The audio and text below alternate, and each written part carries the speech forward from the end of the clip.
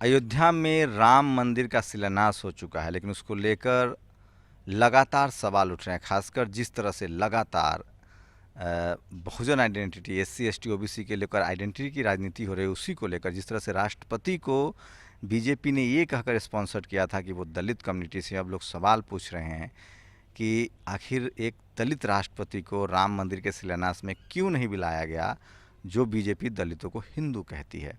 इससे पहले धाम मंदिर का भी उद्घाटन हुआ था, तो उसमें मनमोहन सिंह प्रधानमंत्री थे, एपीजे कलाम राष्ट्रपति थे और तमाम लोग गए थे। इसको आम आदमी पार्टी के मेंबर ऑफ पार्लियामेंट हैं संजय सिंह, उन्होंने भी इस मुद्दे को उठाया। आज मायावती ने भी इसको लेकर बयान दिया है। मेरे साथ दिल्ली के सोशल जस्टिस मंत्री हैं राजेंद्र पाल गौतम जी, उनसे बात करेंगे कि वो कैसे सोच रहे हैं और उनको क्या लग रहा है। सर, क्या लग रहा है? आपकी पार्टी ये कह रही है कि बीजेपी ने दलितों का अपमान किया है। अपमान किया नहीं है, बीजेपी तो हमेशा से अपमान करती आ रही है। ये कोई पहली बार नहीं हुआ है। और दूसरी बात मैं आपको बताऊं, 1930 में डॉक्टर बाबा साहब अम्बेडकर जी ने कालाराम मंदिर आंदोलन छेड़ा था और उस वक्त उन पे हमला हुआ और वहाँ तक पहुँचने नहीं दिया गया। तो सवाल मंदिर में एंट्री का नहीं है। एंट्री करने से भी कोई हमें ना तो ज़मीन जायदाद मिल जाएगी, ना ही कोई हमें नौकरियाँ मिल जाएंगी, ना ही हमारे अच्छे नंबर आ जाएंगे। तो हमारे जीवन में जो तरक्की और खुशहाली आ सकती है वो तो केवल शिक्षा के रास्ते से आएगी। लेकिन इसको इसलिए रेस्पेक्ट के साथ जोड़ के हमारे देश का दलित देख रहा है, हम लोग देख रहे हैं, क्योंकि राम मंदिर का को ये लोग कह रहे हैं 500 साल की बड़ी घटना है। तो बड़ी घटना को ऐतिहासिक घटना वो लोग बना रहे हैं। राज्यपाल को बुलाते हैं, प्रधानमंत्री जी को बुलाते हैं, और साथ में मुख्यमंत्री जी को बुलाते हैं। और 15 जो उसमें जो सदस्य बने हैं उसमें से जो महामंडलेश्वर जो दलित समाज से उसको नहीं बुलाया गया। जितने दलित और पिछड़े वर्ग के लोग इस आंदोलन से जुड़े रहे मंदिर के, उनको नहीं बुलाया गया। और राष्ट्रपति महामहिम राष्ट्रपति महोदय को ना बुलाया जाना, ये इस बात को की ओर इशारा करता है कि वो लोग हम लोग को अभी समानता का अधिकार, बराबरी का दर्जा देने के लिए तैयार नहीं है। और राष्ट्रपति जी को अगर बुलाते तो तब ये लगता कि उन्होंने सबको सम्मान देने का काम किया है।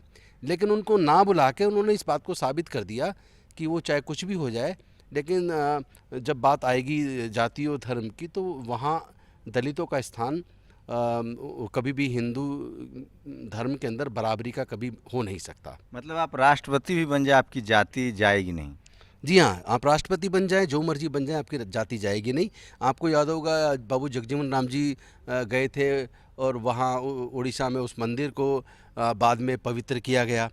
और इस तरह के दृष्टांत बहुत है। और अब आज के महामहिम राष्ट्रपति जी के बारे में भी वो चर्चा चली थी, जो राजस्थान के अंदर वो मंदिर में गए थे, और वहाँ उस मंदिर में भी उनको मंदिर के अंदर तक प्रवेश नहीं करने दिया था और उन्होंने मंदिर पे सीढ़ियों पर ही अपनी पूजा अर्चना करके वो आ गए थे।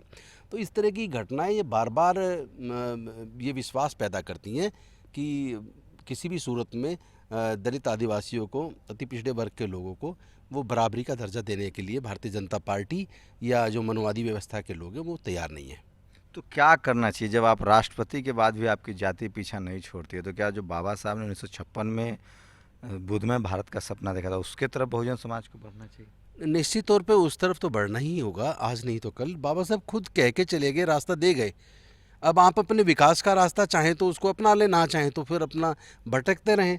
लेकिन मुझे लगता है कि देश के अंदर भारत का संविधान सबको अपनी आस्था की आज़ादी देता है, सबको अपने धर्म के प्रति आस्था की आज़ादी है।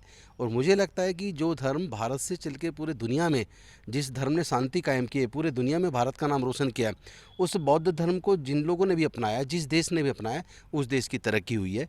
तो मैं समझता हूँ कि उससे अच्छा तो कोई उत्तम मार्ग देश की विकास का और मन में शांति देने वाला, शांति पैदा करने वाला धर्म, सबको समान नज़रिए से देखने वाला धर्म।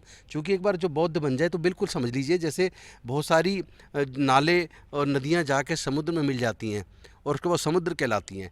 उसी तरह बौद्ध धर्म में जो भी बुद्धिस्ट बन जाता है, बौद्ध धर्म को ग्रहण करता है, उसकी जातियाँ ख़त्म हो जाती है और वह बौद्ध कहलाता है। तो ये जो राष्ट्रपति का मामला है, सेंसिटिव मामला है, क्या सचमुच मतलब आपको लगता है कि आप खुद मंत्री हैं, दूसरी बार आप मंत्री बने हैं, एक राष्ट्रपति भी हो जाइए उसके बाद भी जाति एग्जिस्ट करती है? लोगों के दिमाग में रहता होगा कि क्या अगर राष्ट्रपति जाते तो जो कौन लोग विरोध करते कि ये दलित राष्ट्रपति को क्यों बुला लिया?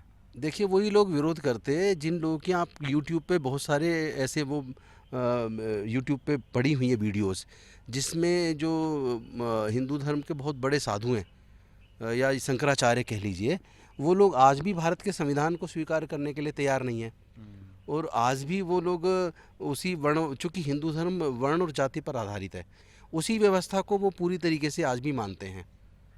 तो वो जो वीडियोस अगर आप देखेंगे तो आप खुद आपका दिल दहल जाएगा कि भाई देश के संविधान के प्रति इस तरह की भावना, देश के लोगों के प्रति इस तरह की जातिगत और वर्ण व्यवस्था पर आधारित भावना, वो कहाँ समानता के रूप से देख रहे हैं, वो कभी नहीं देखेंगे। सर, एक दिल्ली में आज बाबा साहब को लेकर अस्पताल की बात हो रही है, आपकी सीएम से मुलाकात हुई, और क्या आप इनिशिएटिव ले रहे हैं दिल्ली के लिए खासकर? दिल्ली में देखिए हेल्थ और एजुकेशन दोनों को हमने प्राइम रिस्पॉन्सिबिलिटी समझते हुए, प्राथमिकता देते हुए इस पे काम किया है। और बहुत सारे हॉस्पिटल्स अभी बन रहे हैं। अभी बुराड़ी का हॉस्पिटल चालू हुआ है, आज अंबेडकर नगर के हॉस्पिटल का उद्घाटन हुआ है। तो निरंतर हम लोग एक के बाद एक सफलता की सीढ़ी दिल्ली की जनता के हक में हम लगातार योजनाएं बना के काम कर रहे हैं। और मैं समझता हूँ आप देखेंगे कुछ समय के बाद आप पाएंगे कि ये जो चमत्कारिक फैसले हो रहे हैं, खासतौर पे जैसे जैसे एजुकेशन में हुए हैं, हेल्थ में हुए हैं, या SC ST OBC welfare department में जैसे जय भीम मुख्यमंत्री प्रतिभा विकास योजना आई, या दिल्ली जल बोर्ड के द्वारा सीवर सफाई करने की जो योजना आई जिसमें सफाई कर्मचारियों को या दलितों को मशीनों का मालिक बनाया। तो ये इस तरह की चमत्कारिक चीज़ें हैं जो शायद आपको पूरे देश के बाकी राज्यों में और आपको देखने को नहीं मिलेंगी। तो एक तरफ हम लगातार प्रयास कर रहे हैं और दूसरी तरफ इस समाज में जो विघटन है, जो पैदा किया गया है ऐसी शक्तियों के द्वारा जो देश को मजबूत होते नहीं देखना चाहती, जो जाति व्यवस्था वर्ण व्यवस्था को पोषने का काम करती हैं, ऐसे लोगों को हराने का भी हम लोग काम कर रहे हैं। पार्टी कोई बड़ी जिम्मेदारी दे रही है आपको? देशव्यापी कुछ रोड मैप है आपके पास? कोई आंदोलन खड़ा कर रहे हैं आप लोग, या देश के बड़े चेहरा होंगे आप? देखिए एक तो बड़ी जिम्मेदारी पहले से दी हुई है। दिल्ली सरकार के अंदर 7 मंत्री हैं जिसमें एक मुख्यमंत्री है कैबिनेट के अंदर, उसमें जिम्मेदारी देना अपने आप में एक बहुत बड़ी जिम्मेदारी दी हुई है। और अगर राष्ट्रीय स्तर पे संभवतया जब भी मौका मिलेगा तो हम पूरे देश के अंदर आम आदमी पार्टी की जो भावनाएं, सबको समान रूप से देखने वाली, सबको समान रूप से अवसर उपलब्ध कराने वाली, सबको साथ लेके चलने वाली, और हेल्थ एजुकेशन सुधार के गरीब से गरीब परिवार के लोगों को आगे बढ़ने का अवसर देने वाली, उस पर हम लोग काम करेंगे। और मुझे लगता है कि आने वाले समय में पूरे देश में हमको जाना ही है। तो समझिए जातिवाद का जहर किस तरह से होता है कि आप राष्ट्रपति भी बन जाएं, आपकी जाति जो है वो जाति नहीं है। कैमरामैन तारा दत्त के साथ शंभू कुमार सिंह, नेशनल दस्तक, दिल्ली।